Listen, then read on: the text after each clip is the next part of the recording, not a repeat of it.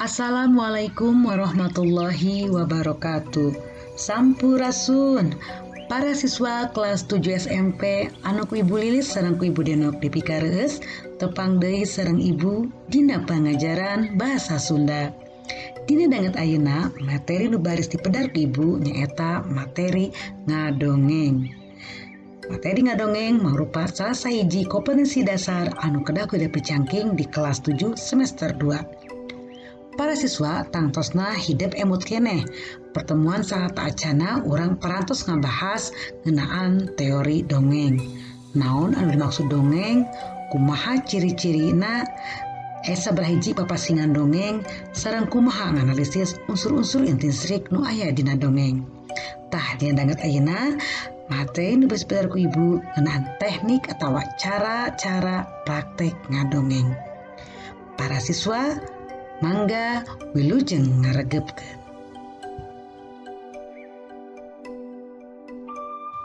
Anapun kompetensi dasar keterampilan anu kudu dicangking ku para siswa nyaeta ngawengku para siswa harus bisa menyusun dan mengomunikasikan dongeng yang disimaknya dengan memperhatikan struktur dan aspek kebahasaan, pelafalan, dan lagu kalimat atau lentong serta ekspresi yang tepat.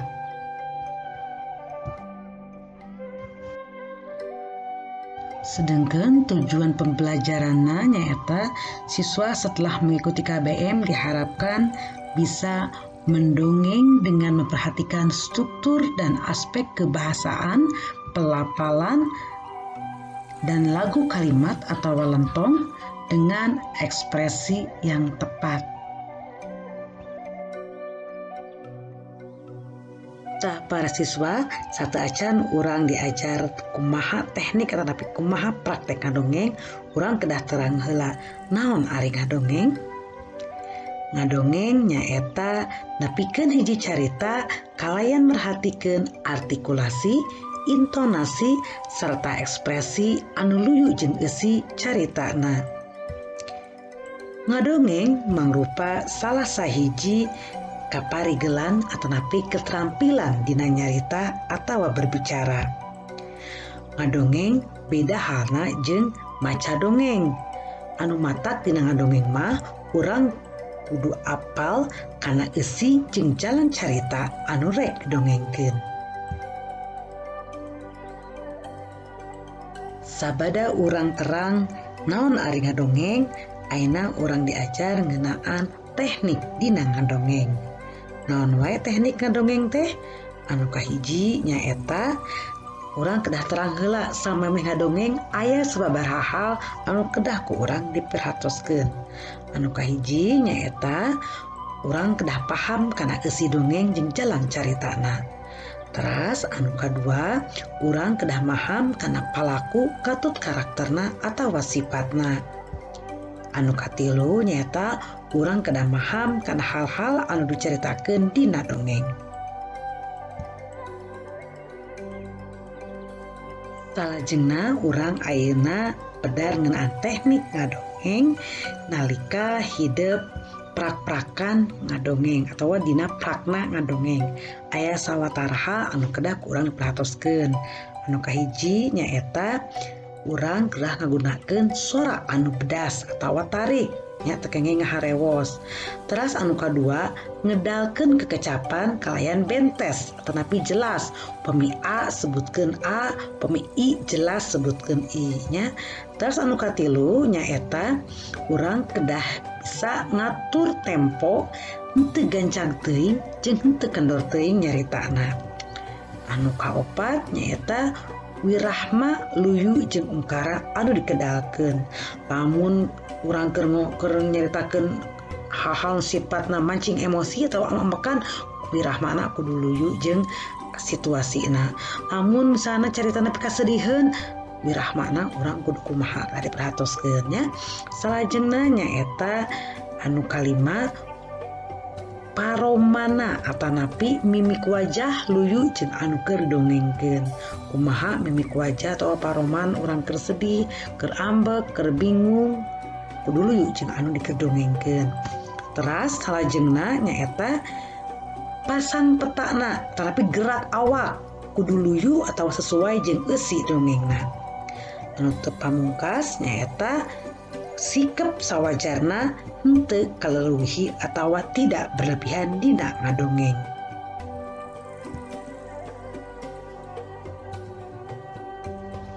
Para siswa, dina pasanggiri dongeng Sunda aya hal-hal anu diajenan. Di antarana nyaeta hiji vokal. Naon ari vokal? Vokal hartosna bedas henteuna sora, tarik henteuna hiji sora. Teras anu kadua nyaeta intonasi atanapi lentong jeung wirahma. Anu katilu nyaeta artikulasi bentes henteuna ngunikeun atanapi ngucapkeun hiji kecap. Teras anu kaopat nyaeta ekspresi, kumaha paroman atanapi mimik ekspresi rarai urang jeung pasang peta atawa gerak awak urang dina nepikeun hiji dongeng. Ta eta hal-hal anu bisa dijadi hal penting anu biasana diajenan dina pasanggiri dongeng Sunda. Tah para siswa, salajengna ayeuna urang ngaregepkeun sasahiji contoh praktek ngadongeng. Dongeng anu basi pidangkeun nyaeta dongeng Sasakala Situ Bagendit. Para siswa wilujeng ngaregepkeun.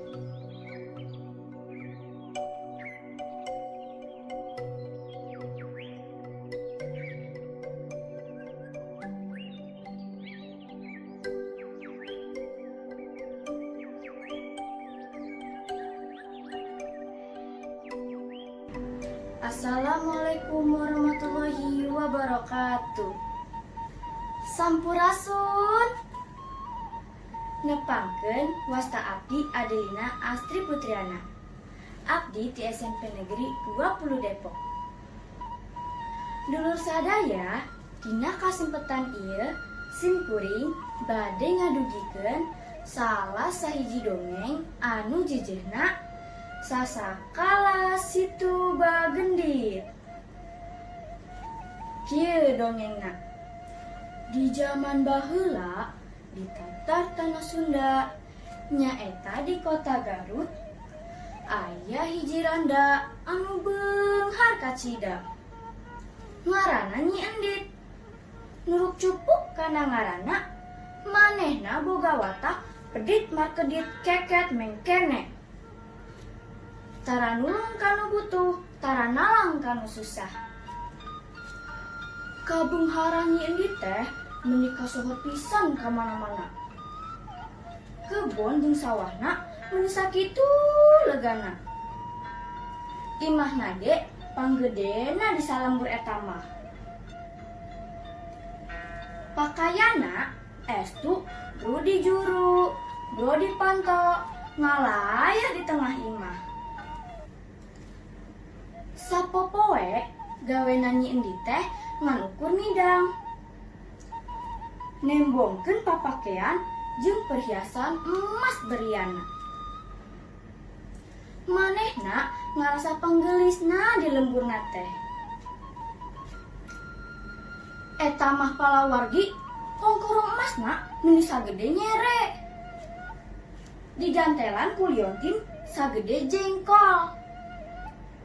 Gelang emas pinu di leungeun kenca jeung katuhuna. Ahlina ge mengirenceun dina ramona.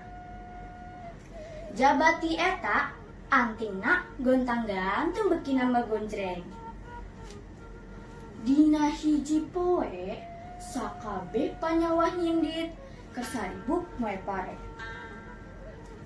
Keur kitu datang pagawena anu ngaranna Mang Kardun. Cek Mang Kardun, "Assalamualaikum, punten juragan, maksud abdi ka dieu bade nambut artos kanggo lalandong pun anak." Cek Nyi Endit, "Naon Kardun, minjem duit ngeunah pisan. Eueuh, jung ayeuna mah mana teh geura digawe ngangkatan heula pareka leuwih." Bari ngaleos nyurucut cipanan Mang Kardun. Pondok Harapan anakna moal bisa diubaran. Sorena torojol aya aki-aki asup ka pakarangan imah Nyi Endit. Cek aki-aki, "Assalamualaikum, punten juragan, cing abdi teh bade nyungkeun cai sagelas. Abdi menihanaan kieu." Kadangun ku Nyi Endit, pokna teh bari melak cangkeng jeung papolotot. "Naon abdi menta cai ngeunah pisan, anak lain, icu lain. Yeuh hancai mah dibere ku kuring." Bari ngomong gitu, Nyi Endit teh nyokot cai saember. Terus dibajurkeun ka wak si aki-aki. Biur! Atuh awak si aki teh meniran cucut. Bari ngaleos si aki teh ngomong kieu, "Yeuh, rasakeun babalesna jelema teu ngeus mah." Si aki teh nancekeun iteutna kana taneuh. Cuk! Ngadadak langit poek, disusul hujan angin dordar gelap. Burial, burial, burial, cai ngaburial tina itek si aki. Kabeh panyawah Nyi Endit lompatan nyalametkeun diri. Tinggal Nyi Endit sorangan gogorowokan bari tulung-tulungan. "Tulung, tulung, caah, caah, tulung." Eta mah palawargi Nyi Endit teh terekel naik kana lomari bari mawa kotak nu isina emas. Terus manehna teh gogorowokan deui. "Tulung, tulung, aduh caah, caah, tulung." Tapi akhirna cai teh minuhan imah jeung pakarangan Nyi Endit. Nyi Endit teh tiwas kakeum jeung hartana. Eta tempat teh jadi dingaranan Situ Bagendit. Mun sakieu dongeng ti simkuring, pepeje ti simkuring, ari janten jalmi teh ulah sapertos Nyi Endit. Jalmi anu pedit jeung teu leungeus kasasama. Wabillahi taufiq wal hidayah. Wassalamualaikum warahmatullahi wabarakatuh.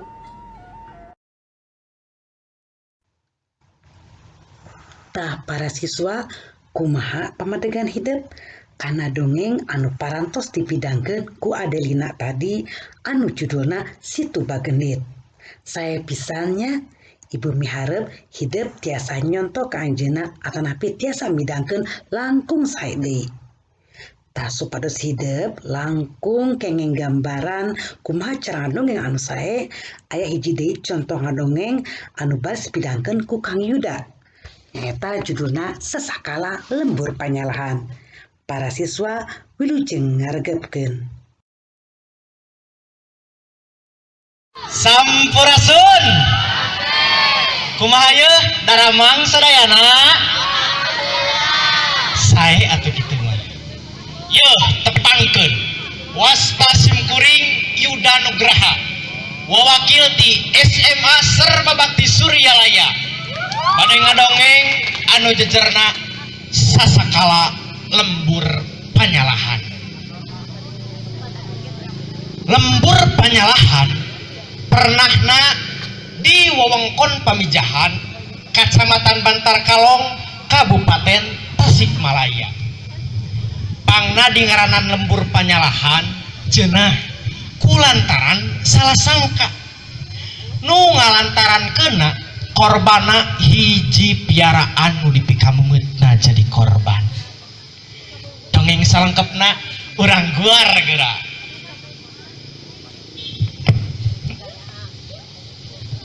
zaman baheula di hiji lembur aya kulawarga patani anu hirupna ayem tur tentrem. Eta kulawarga teh ngabogaan budak orok keneh. Dina hiji poe eta kulawarga patani manggihan anak maung. Eta anak maung dirorok jeung dipikanya ku kulawarga patani sarta dingaranan si Loreng. Si Loreng ngarasa kahutangan budi ku patani lantaran manehna geus dirorok jeung dipikanya matak si Loreng kacida nurut jeung taatna kana sagala parentahan patani. Malah mah namun dititah ngasuh anakna si Loreng sok nurut sarta satia nungguanana.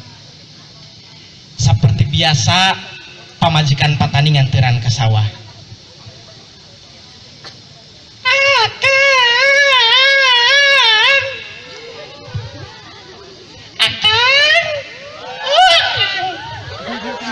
Eta patani buru-buru nyamperkeun pamajikanana hanjak ka saung. Gek dariu didinya patani jeung pamajikanana andalhar manit bogat pisan. Alhamdulillah ambu mani nikmat kieu timbel sambel jeung goreng asin teh. Is nyapu gua akan apana urang haja eta teh. Heueuh bisa wae si Nyai mah. Ari si Utun sare nya keur mandak mana tibrat kan ditungguan ku si Loreng. Alhamdulillah nya Nyai urang boga si Loreng nu kacida nurutna. Nya terakan coba si Loreng teh sakitu gagahna barang keur hoghag ngobrol teu kanyahoan rongheap si Loreng datang. Buntutna dikupat-kepotkeun, awakna diusap-usapkeun kana suku patani, sorana ngagerem jika aya nu rek dibejakeun.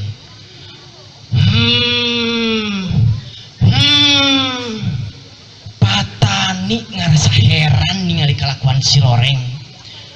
Maranehna kacida reuaseunana barang nenjok sungut si Loreng pinuh ku getih anu seger. Bawa si Loreng geus ngahakan anak aing. Ceuk pikirna. Ngan gantawang teh eta patani nyarekan laklak dasar ka si Loreng. Hei Loreng. Maneh geus wani-wani ngahianat ka aing. Maneh pasti geus ngahakan anak aingnya. Si Loreng kalah kamencrong. Jika nu teu boga dosa. Nenjok kitu pamajikan patani cerik ceritaan bari nyarekan ke si Loreng. Si Loreng dasar satu sia nu asik di perang sengit kok aing dirorok diletik dari sia ayeuna kagekan anak aing. Tobat Gusti tobat kuat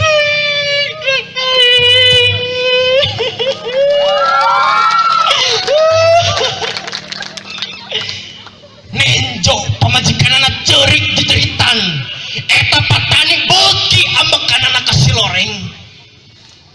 Tuluy manehna mesat bedog tina sarangkana.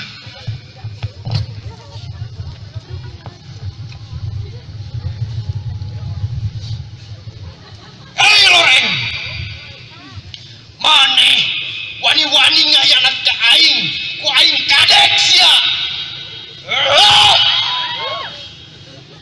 Beheung si Loreng dikadek tak bedog patani.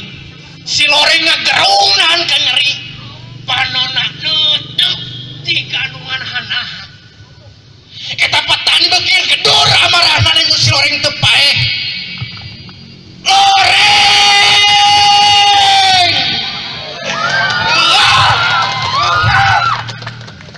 Si Loreng ditigas deui bedog patani. Nepi ka hulu si Loreng lesot tina awakna sarta si loreng paeh saharita. Motor si loreng dasar satu bangkawara tebenang dipitanya kakang ngahakeun anak aing ayeuna siap bae ku aing. Saenggeus kitu bari setengah lumpat eta patani jeung pamajikanana buru-buru balik ka imah. Barang tepi ka imah breh teh anakna masih keneh aya dina ayunan keur sare tibra. Brai orok teh beuntak belenyeh seuri neuteup ka indung bapana. Bareng rek ka hadapan ayunan kasampak aya oray nu kacida gedena boborot ku getih. Tidinya patani kakara sadar yen si loreng teh geus nyalametkeun nyawa nu jadi anakna. Maranehna kacida ngarasa handeuteul geus salah sangka ka si loreng. Nepi ka si loreng dipateni, nepi ka si loreng disiksa. Ayeuna si loreng geus paeh. Padahal si loreng teh piaraan nu kacida nurut jeung taat kana parentah keluarga patani.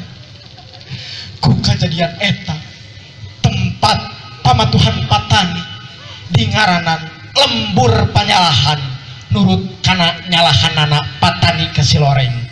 Tuk dugi ka kiwari eta lembur teh jadi lembur panyalahan.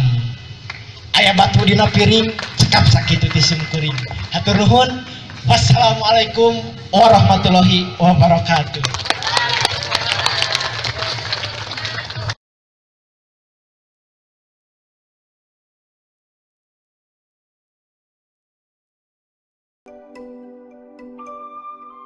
Kumaha para siswa sabada hidup ngaregepkeun dua video tadi. Sarae pisan nya ngadongengna Boh Adelina atanapi Kang Yuda dua nana parantos ngalarapkeun teknik-teknik dina ngadongeng.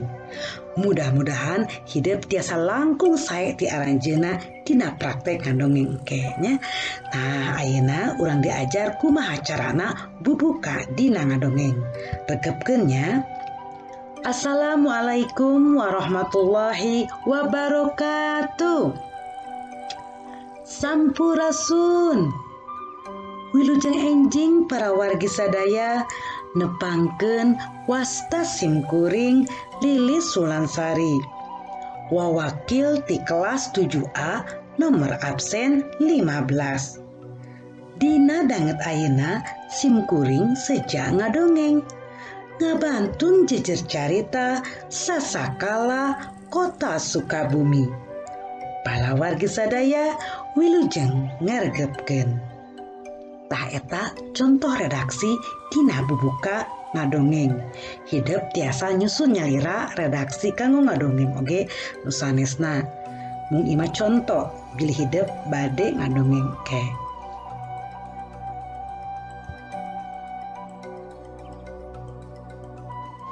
Tah tadi urang parantos diajar kumaha cara bubuka dina ngadongeng. Salajengna ayeuna urang diajar kumaha carana nutup dina ngadongeng atanapi panutup dina ngadongeng. Regepkeun nya kumaha carana nutup ngadongeng. Ieu redaksi nu damel ku Ibu.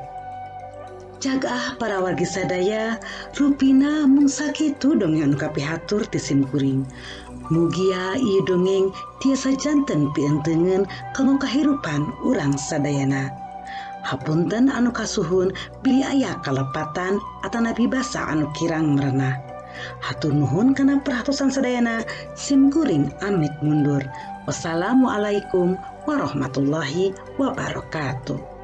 Tah eta contoh redaksi kanggo panutup dina ngadongeng. Hidup oge tiasa ngadamel nyalira kanggo redaksina.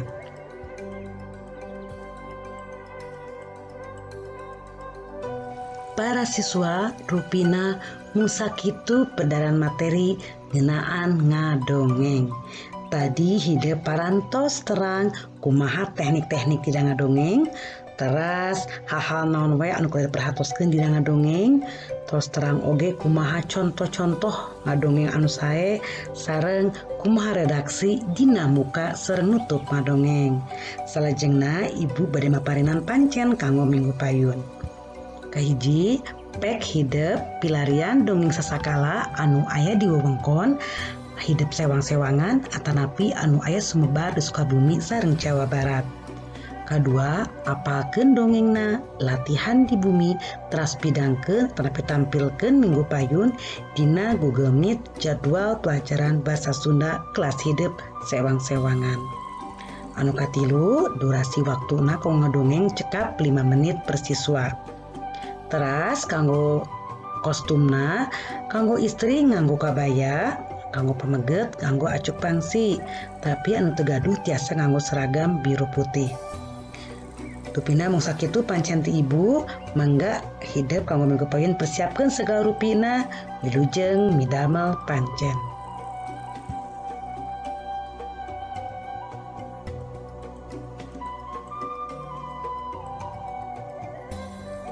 Para siswa kelas 7 SMP anu ku Ibu Lilis sareng ku Ibu Denok dipikareus hatur nuhun kana perhatosan hidup sadayana. Mudah-mudahan urang tiasa tepang deui dina pangajaran basa Sunda anu sanesna. Tong hilap ayeuna urang masih aya dina kondisi sasalat Covid-19. Jaga kesehatan, kamana-mana kedah nganggo masker, wawasuh panangan sareng jaga jarak sareng anu sanesna. Hatur nuhun. Wassalamualaikum warahmatullahi wabarakatuh.